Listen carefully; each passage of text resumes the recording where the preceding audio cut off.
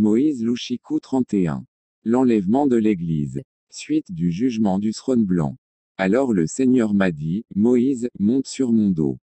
Je veux te conduire dans un voyage vers le futur. Bien-aimé, gardez à l'esprit que le Seigneur était un grand aigle lorsqu'il me parlait. Quand il m'a demandé de monter sur son dos, j'ai été immédiatement saisi par sa parole et j'ai eu le courage de monter sur son dos. Car lorsque le Seigneur parle, sa parole vous saisit et vous fait exécuter.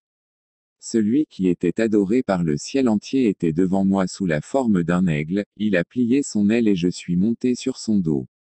Le Seigneur qui était le grand aigle a pris un vol rapide dans les airs. Il a dit, Moïse, maintenant nous voyageons vers le futur. Frères, nous avons voyagé jusqu'à un endroit massif. C'était en fait un immense hall où j'ai vu le trône blanc du Seigneur et je me suis demandé car il semblait que le Seigneur avait plusieurs trônes. Rapidement, j'ai vu le Seigneur assis sur son trône et, devant le trône, une table sur laquelle se trouvait un énorme livre. Cet endroit était la salle du jugement du trône blanc. Il était séparé par une ligne rouge qui allait au-delà de ma vue. Le Seigneur a dit, c'est le lieu du jugement du trône blanc préparé depuis 2007. Ensuite, le Seigneur a dit, je donne l'ordre aux gardiens de mon Église du monde entier d'assister à ma présence. Frères, lorsque le Seigneur a parlé ainsi, en une fraction de seconde, j'ai vu des milliers et d'innombrables anges lumineux se présenter dans cette salle. Ils venaient des églises des quatre coins du monde où ils sont déployés. J'ai été stupéfait par la rapidité avec laquelle ils se sont manifestés. Car dès que le Seigneur a parlé, ils se sont manifestés à la vitesse de la pensée. Le Seigneur dit alors à ses anges, les gardiens de son Église, je veux que vous posiez tout votre main sur le livre de vie et que vous prêtiez serment sur ce livre. Je vis que le livre de vie était comme un registre massif et je vis d'innombrables anges poser leurs mains sur le livre et prêter serment. Le Seigneur a dit, dans ce livre de vie, il y a le bien et le mal que les gens commettent sur la terre. Ceux qui ont commis le mal iront d'un côté et ceux qui ont fait le bien iront d'un autre côté. Matthieu 25 sur 31-33 Quand le Fils de l'homme viendra dans sa gloire, et tous les saints anges avec lui, alors il s'assiera sur le trône de sa gloire, 32 toutes les nations seront assemblées devant lui, et il les séparera les unes des autres, comme un berger sépare ses brebis d'avec les boucs, 33 Il placera les brebis à sa droite, et les boucs à sa gauche. Apocalypse 14h12 Voici la patience des saints, voici ceux qui gardent les commandements de Dieu et la foi de Jésus. Le Seigneur m'a dit, prépare-toi car je veux avertir l'humanité pour la dernière fois. Mon jugement est proche. Les gens ne voudraient pas faire l'expérience des conséquences des choses qui vont se produire en ce lieu. Je me demandais pourquoi les anges avaient prêté serment sur le livre de vie. Le Seigneur a dit, j'ai demandé à mes anges gardiens de mon Église de faire un serment afin que, lorsqu'ils reviennent dans le monde, ils puissent préparer mon Église. Ils ont fait ce serment pour préparer mon Église et le retour de ces anges dans leurs églises respectives où ils sont gardiens et le début de la préparation de l'enlèvement de l'Église. Alors le Seigneur m'a dit, Moïse, allons visiter mon Église. Lorsque le Seigneur a dit, va et visite mon Église, j'ai immédiatement vu que je me déplaçais à la vitesse de la pensée vers différentes églises du monde. Je visitais différentes églises de la terre à la vitesse d'une seconde. J'ai réalisé que le Seigneur m'a accordé sa fonction afin que je puisse me déplacer comme lui. Alors que je me déplaçais d'une église à l'autre en un clin d'œil, j'ai vu que dans chacune de ces églises du monde, il y avait un ange gardien au coin de la rue. C'étaient les anges des églises envoyés pour garder les églises locales. Ce sont les anges qui avaient prêté serment sur le livre de vie. Je vis que du sein de ces anges de l'église jaillissait un souffle comme un vent qui soufflait dans toutes les églises. J'étais dans plusieurs églises en même temps. C'était en fait le mouvement du Seigneur qui peut être partout en même temps. J'étais dans de nombreuses églises où j'ai vu chacun des anges qui ont prêté serment sur le livre de vie et ces anges qui sont les gardiens des églises libéraient une puissante tempête de vent sur les enfants de Dieu.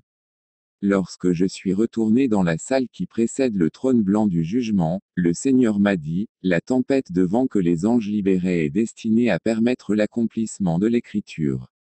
Hébreux 1 sur 7 Il dit à propos des anges, il fait de ses anges des esprits, et de ses ministres une flamme de feu. Le but des anges gardiens de l'Église à la fin des temps consiste à libérer cette tempête de vent. L'Église est censée recevoir un vent nouveau qui la préparera à l'enlèvement et ce vent nouveau est le réveil de la fin des temps. L'objectif de cette tempête de vent qui est le réveil est de préparer l'Église. Ces anges gardiens de l'Église libéraient l'esprit de réveil dans diverses églises. À ce moment-là, dans la salle du jugement, j'ai vu d'innombrables anges se mettre en ordre. Ils se disposaient et s'alignaient en ordre. Ces anges avaient un chef mais le Seigneur ne m'a pas dit son nom. Je pense qu'il pourrait être le chef des anges, Michel. Ces anges se rangeaient en ordre. Le chef des anges prit une trompette pour en sonner. Il la plaça sur sa bouche afin d'en faire sonner le son. Il regardait en fait le Seigneur et s'attendait à ce que le Seigneur donne son approbation, mais le Seigneur ne l'a pas fait. Le Seigneur dit, Moïse, tout est prêt et mon ange me regarde pour lui faire signe de sonner de la trompette.